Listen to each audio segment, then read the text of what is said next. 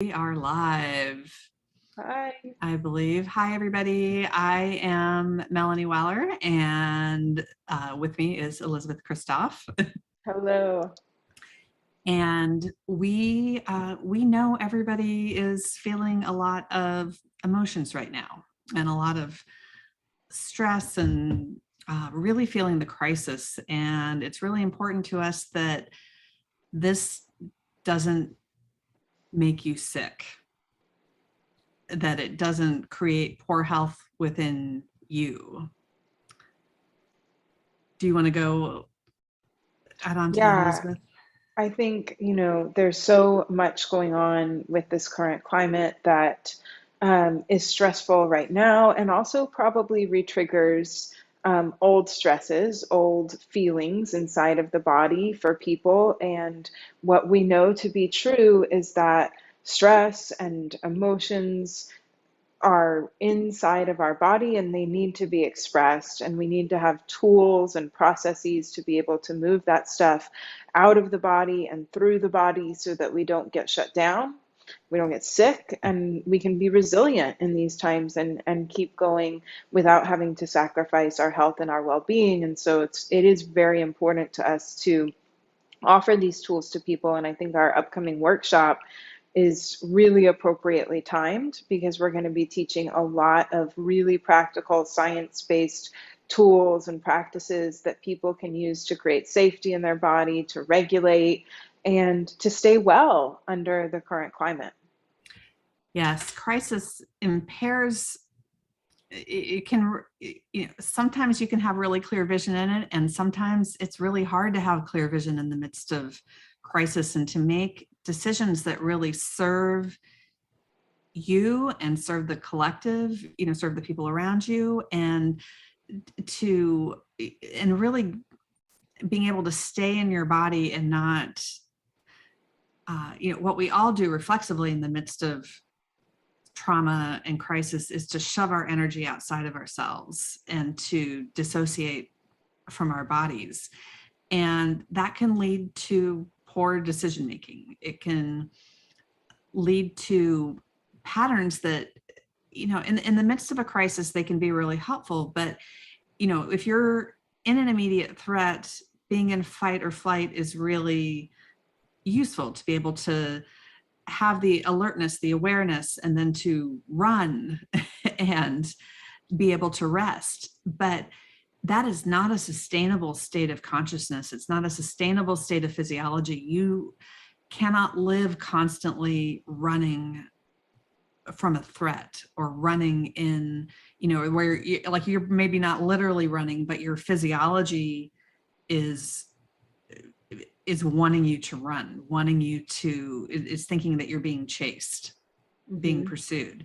And while we can certainly extend that out into metaphors that are happening in our culture right now, and into how, it feels to have, maybe a loss of autonomy and a loss of power, the we are not going to make this better by living like we're in a threat state. And I will say this just from personal experience, like we don't always act from our highest potential when we feel like we're a cornered animal. Yeah, absolutely. I mean, it's a long game, right? Creating the changes that we want to see in the world and in our own lives, right? With our relationships, with our businesses, with our habits, but also in this collective moment in time, the goals that many of us want to achieve are they're a long game, and we can't stay in this really high stress state and still get to the other side of this. We have to find ways to process that stress, to re-regulate ourselves, and to, like you were saying, to think clearly, to be creative. And right now, many of my clients are sharing with me that they feel very dissociated, that it's hard to stay in their body. Some people are experiencing panic, and everybody has this this feeling of body violation, right? At the deep root of that. And we don't want to also, at the same time that we're experiencing that, allow the stress, allow the anger, allow the emotions to come into our body and stay stuck while we dissociate and leave out of our body, because then we are abandoning our own bodies at that time and causing harm to our own internal systems as we come up against this. And so I think it's really important that we have the tools to be able to stay connected to our own bodies, to stay present in our bodies, and to use our voice, use our creative minds to fight for our body sovereignty in a way that doesn't harm our bodies and harm our health trying to do that. Mhm. I know that like I have a long history of when of my immune system collapsing in like knowing that a stressful situation is pending, and often that stress wasn't something I was even necessarily consciously afraid of. It would be like teaching a class or getting invited to speak, things that I really love to do, but that my body still fundamentally found a threat, and that I would get a cold. And we really want to support all of you in not getting COVID and not getting a cold and, not getting strep, not, and not getting more serious things too. You don't need to. I had a friend call me last night, or she texted me first. And she said, Melanie, I think I had a stroke. Let me know when you can talk. And she had already been through the emergency room, scenario. And the first thing I said to her was, I absolve you of transmuting stress on the behalf of the collective, on behalf of everyone. You are not responsible for everyone else. And you are most powerful when you can be so in yourself in the best possible way that then change is really, it is so much more joyful and effortless and automatic. That absorbing the stress of, we all do this, it's the, especially if you know that you're empathic at any level, and really we all are. Like I don't like to separate empaths out from from others. Same. We all are, we just express it differently. And but your self-care is way more important, and it's going to get you a lot further than helping others at the expense of yourself. You cannot be the hero in someone else's story at the expense of your own and create meaningful change.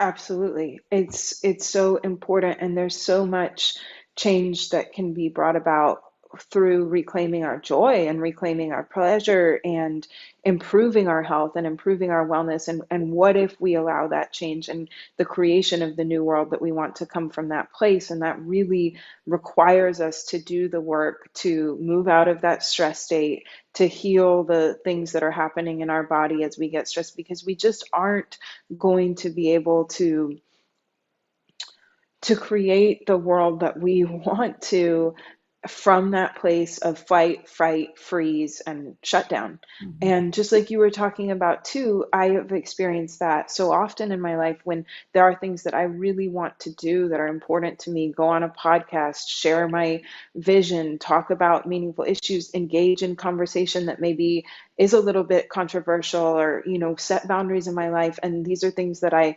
cognitively enjoy a lot of times, or if not cognitively, at least really see the value in and want to do in my life. And afterwards, get sick because my body and my nervous system don't feel safe doing that yet. I'll get a migraine, or sometimes I would end up engaging in unwanted behaviors like binge eating, or I would get run down and end up getting the flu or a cold or something. And so, yeah, how do we allow ourselves to move forward in the world, speak our truth, take the actions that we want to take, and also be caring for our nervous system and our body at that deep physiological level, so that we can do all of that and not sacrifice ourselves. And that's a lot of what we're going to work with people on in our workshop. Oh yeah, yeah. Well, and it's really important, I know, to Elizabeth and I, that this also be that even though we talk about it as like, this is the work that you do, or this is, because it's just been our work and that's just how our language describes it, that this can also really be playful. And we learn so much faster in play than we do in work. And to really think about, like I've been really working, flipping my mindset in from how you treat the problem to how do you treat the solution. Like instead of how do you treat sadness, how do you open up joy? Mm-hmm. And that even though there's a direct connection there, the doorway feels really different. Like it's a different doorway to get in there, and it's a faster doorway. And Elizabeth and I both have myself as a physical therapist and Elizabeth as an applied neurology expert and Pilates instructor, we have a lot of anatomical and physiological background, and really and we know how fast change can be when you address somebody's nervous system. And I think, for everybody listening right now, if I was going to, I just want to give like if you're going to do one thing, or maybe I'll give a couple things, but, and Elizabeth will share hers too, but like in the moment, if you're feeling really threatened and stressed, I have to tell you that stress responses start in your bones. And if you can do, I'll give you a choice, one of two things. But because stress responses start in your bones, I would say stomp. Like if you can just, like, you don't have to go for a run, but just a pound, like stomp the floor. And you can do that in sitting, you can do it in standing, but really load your bones to let to let that physiology move through the full cycle. There's a lot of technical reasons for doing the stomping, but stomping is a really simple thing. And if you have anything going on that prevents you from feeling like that's safe, or like that's a good idea, if you have knee issues or foot issues or hip issues or anything like that, you can literally just imagine stomping. Your brain does not see doing it and imagining doing it as any different. So I'm going to leave you with that. Stomp. If if you feel like you need to get some clarity and I love calm. that. I did some stomping this morning, and it is a huge part of the practice for me of releasing some of this stuff out of my body. And another practice that I really like to do is to scream. And again, for some people, they don't feel comfortable with that yet. It hurts their throat. But as much as I can, I let it be guttural. I dig deep, and if I need to, I get a pillow that I can scream into, or I do it in my car so I don't startle anyone in my house. Sometimes I do some movement or tapping or something like that to make it a little safer in my body. And then I just let myself vocalize whatever comes out and give myself and my body permission for a minute or two to just scream and rage in a safe container, in a safe place where I know I'm not going to be upsetting anyone, and where I feel safe and comfortable, and just to discharge some of that energy.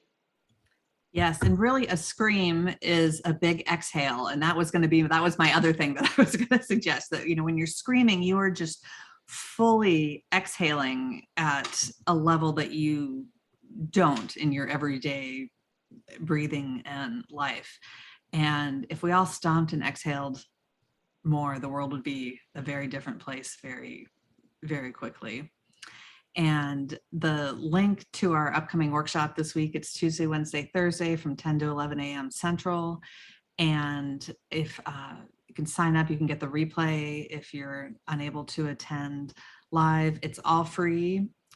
If you can watch just like how you're watching right now. And if you want to, there's an option to come into the Zoom room with us too for a deeper experience. So like we really hope to see you there. We want to support you. We want to know what you feel like you need for support, because we can, in the light of current events, we can really, we have the ability to really customize this even beyond what we had initially planned for you. So let us know. Absolutely. Reach out to us, let us know, and we'll be really excited to bring you some of our best tools and processes and just a deeper understanding of how all this stuff works, how your operating system works, and how your life experience is a reflection of what's going on inside of you and what's being driven by your operating system. And just even having that understanding, that knowledge can really make a huge shift. And then we'll give you really easy to implement practical tools that you can use to help bring that about as well. So, really looking forward to it. Thank you, Elizabeth, and thank you everybody for watching. Hope to see you guys there.